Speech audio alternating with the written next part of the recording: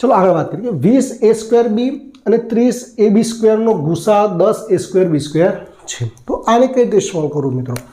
તો જુઓ 20a²b, તો આના આપણે અવયવ પાડીએ મિત્રો તો કેવી રીતે પડશે? એ જો 2 ગુણ્યા 2 4 અને 4 પંચું 20 ગુણ્યા આ a² છે તો a² ના ભાગ શું પડે? a ગુણ્યા a અને b ના ભાગ શું પડશે? b. બરાબર છે. એ જ રીતે મિત્રો 30 ના આપણે ભાગ કરવા છે 30ab². બરાબર છે. તો 30 ના આપણે ભાગ પાડવા હોય મિત્રો તો કઈ રીતે પાડીશું? તો 2 ગુણ્યા 3 એટલે 3 દુ 6 અને 6 પંચા 30 ગુણ્યા અહીંયા a એકલો છે તો ખાલી a, અહીંયા b નો વર્ગ છે તો b 2 વખત લખવાના. હવે ગુસાઅનો મતલબ શું મિત્રો? કે બંને સંખ્યાઓમાં જે સરખું હોય એ આપણે લઈ લેવાનું. તો આપણે ગુસાઅ લેવો હોય તો જુઓ અહીંયા સરખું શું છે? 2 2 સરખા છે, અહીંયા 2 લખી દીધા. બીજું અહીંયા 5 5 સરખા છે, અહીંયા 5 લખી દીધા. બીજું શું સરખું છે?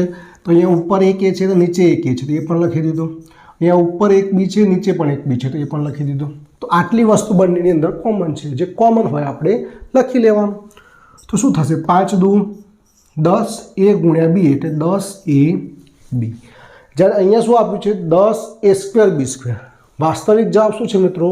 10ab છે. માટે આ વિધાન પણ કેવું છે મિત્રો? ખોટું છે.